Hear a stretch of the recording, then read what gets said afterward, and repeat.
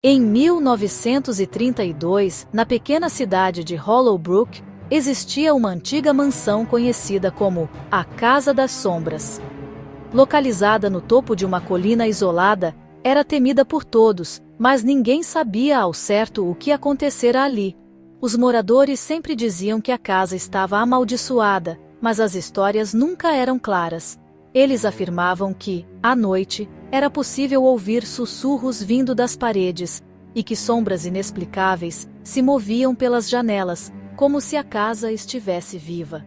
Durante décadas, ninguém se atreveu a se aproximar, até que em 1955, um homem chamado Edward Thornton, conhecido por sua coragem e amor por enigmas, decidiu investigar o mistério.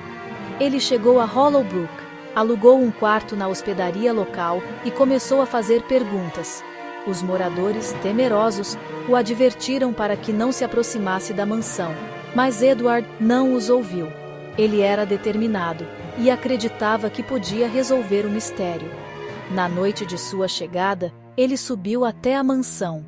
A lua cheia iluminava o caminho tortuoso que levava até a casa, e o vento parecia sussurrar palavras que Edward não conseguiu compreender.